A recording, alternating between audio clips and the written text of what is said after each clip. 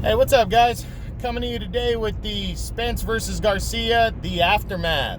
So basically, I'm going to break down and do a full recap of the fight from last Saturday, December 5th. If you haven't seen it by now, I'm not sure how they're handling the replay with Showtime or with Fox, but I'm sure you'll be able to catch it somewhere. But this was one of the biggest fights of the year right here, one of the most anticipated fights of the year.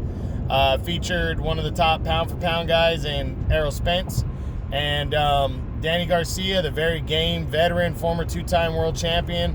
It ended up being, pretty, it was a, how do I say it? It was somewhat of a one-sided fight, but it was competitive, in those rounds. And but you saw the truth, and we'll get into that. But yeah, overall, it was, Errol Spence won a unanimous decision in this one. Judges, I believe, had it two judges had it 8 rounds to 4, and the other judge had it 9 rounds to 3. I personally gave Spence the fight 10 rounds to 2. I had trouble giving Danny rounds, even the rounds that were close. I still felt like Spence did more, and because Spence never really stopped. And that's what, we'll get into that right now. So let's look at Errol Spence's side of the fight. I'm going to give my opinion on Errol and how he did. And I thought he did fantastic. I mean, to be honest, this might have been his best win overall of his career. And the reason I say that is because, you can argue it. You can argue Sean Porter in that fight. Personally, I think Errol was overlooking Sean in that fight, even though, hey, much credit to Sean Porter. He's a baller. That dude is always game to come forward and chug. But a lot of people, myself included, were saying that Spence was, after the way he looked against Mikey Garcia, that he was going to blow Sean Porter away. Maybe not knock him out. I actually predicted Spence to knock him out in the late rounds. He did hurt him. He did put him down. But, I thought Sean, I didn't think it was going to be close, though, if it went to 12, and it ended up being a split decision. But you can argue this was his most dominant performance, even over the Mikey Garcia win, because Mikey was coming up 2 weight classes to fight him. I mean, if you were a real big hardcore boxing fan, not many of those, and the writers were, and experts were picking Mikey to have a chance in that fight. There were some people that were picking Danny in this fight. There were some people that thought Danny was going to win. I think there might have been more people believing Danny was going to win than Sean Porter could beat him last year when Spence fought him. Part of that was because Errol Spence was coming off that terrible car accident where he, rolled his car, and people weren't sure of how he was going to look in this fight with Danny. So, I think that has a lot to do with it. But, man, Errol looked like he did when he fought Mikey Garcia. He dominated Danny. I mean, he outworked him, outclassed him. I really didn't think it was close.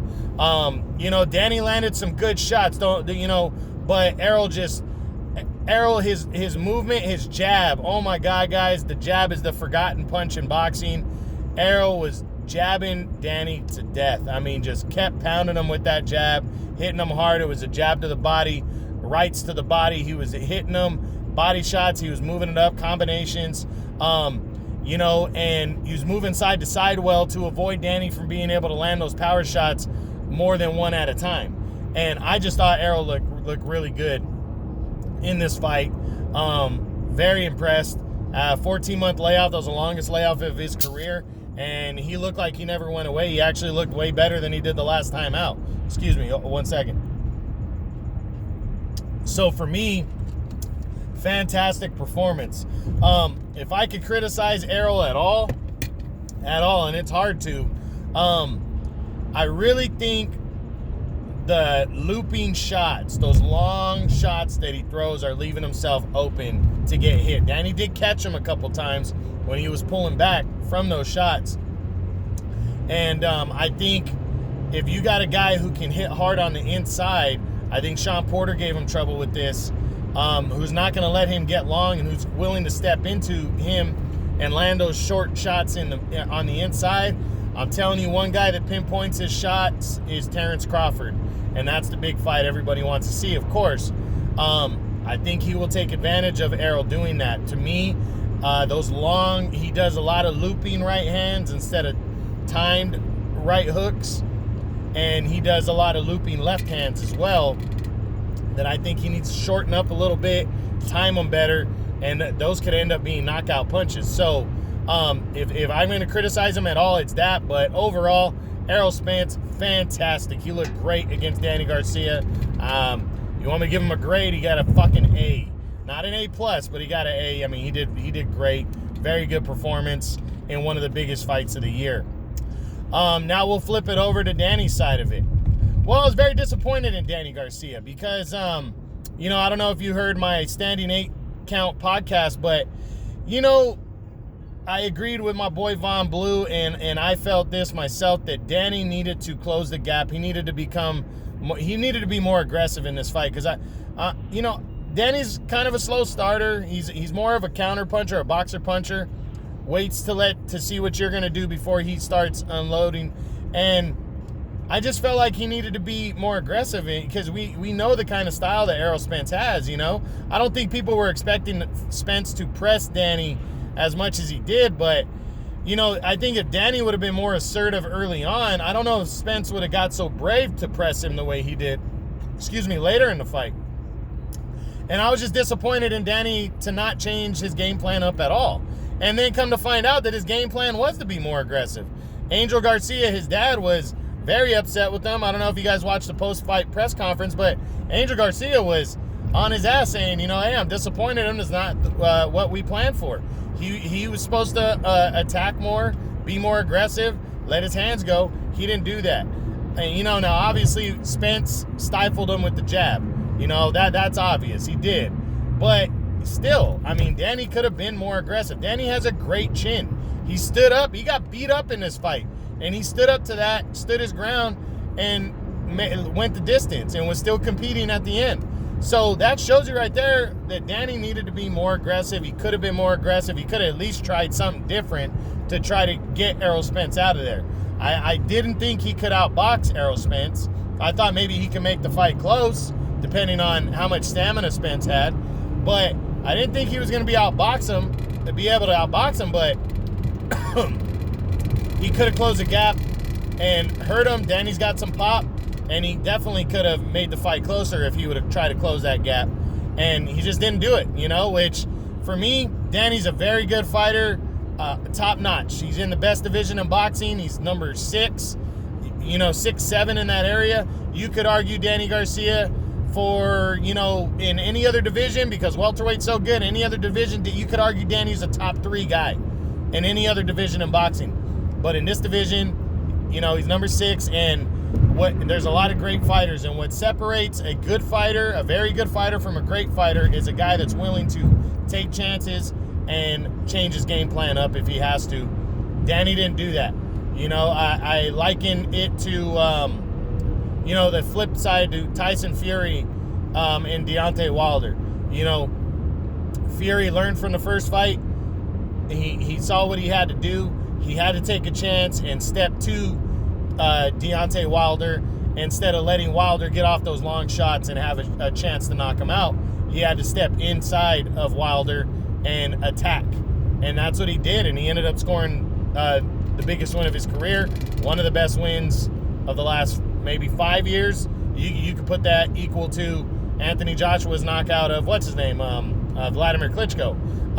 Very good win. But, at the end of the day, Danny wasn't willing to do that, and that hurt Danny right there. It definitely hurt him, and that's why Danny didn't have more of a chance to win this fight. He may not have won either way, but the point is you got to give yourself more of a chance. So, all that being said, I'll be doing a what's next on these guys, giving out different options, but, where these guys end up now in the top, in their top 10, whatever. The welterweight division, Errol Spence has moved past Terrence Crawford. That's just a little sneak peek to my year-end top 10s. He's moved past Terrence Crawford finally. This fight sealed it for me based on their resumes the last 3 years. Danny Garcia stays around the same spot. He stays around number 6. You could argue Ugas for number 6. I think I might move Ugas there and drop Danny 1 spot to number 7. But Danny's still very good. He's still going to have opportunities. Again, I'll get more into detail about what I think these guys should do next. But I want to talk about where their careers are going right now. For me, Errol Spence moved into the top 3 pound for pound. The winner, he moved into the top 3 pound for pound. He's one of the best fighters in boxing. He absolutely proved that. He has 2 of the 4 belts in this division. Sky's the limit for him. Now, he doesn't have carte blanche yet to pick whoever the hell he wants to fight. That's the sad part. But he can choose. He does have a good line to choose. He's a guy that people want to see fight. He's one of my 12 most viewed boxers, most wanted to see boxers in boxing right now. One of my top 12. And then, he's got a fan base. People know that Errol Spence is the truth. So this guy's a real deal.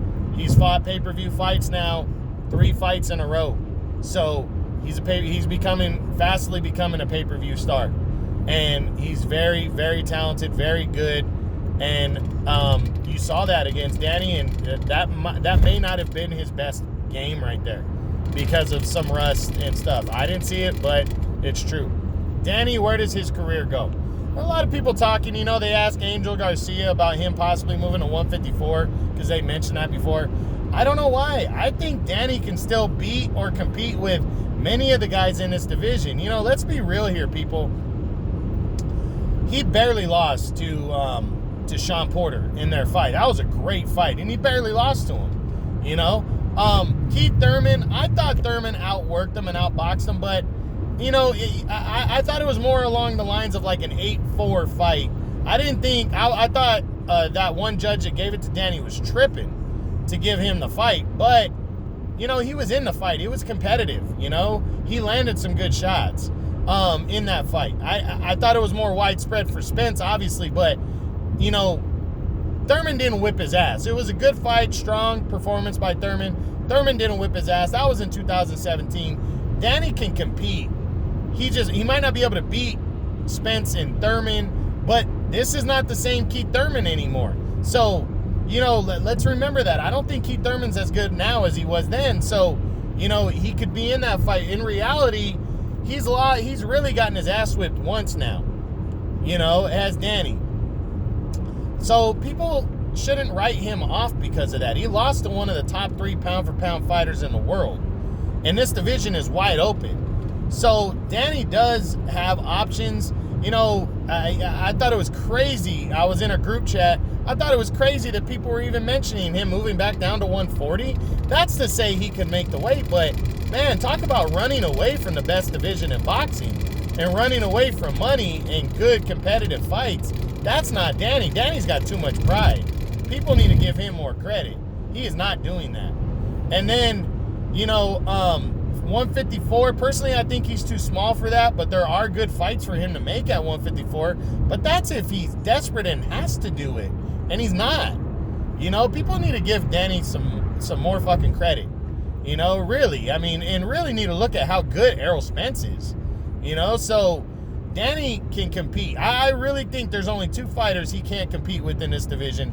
Terrence Crawford and Errol Spence. And you know what? Unless Crawford really needs Danny Garcia, that fight's probably not going to happen anytime soon, at least. And Errol Spence is not going to fight him again. But Danny has options. He's a big name. A lot of the top guys will want to fight him. Some of the lower guys will want to fight him who maybe have a world title, maybe on their way to a world title. Danny does not need to tuck tail and run. People need to get off his ass, get off his back. He fought as best he could. He didn't decide to change his game plan up. He knows what the mistakes he made. He'll be back. He's a competitor. He's a former 2-time world champion.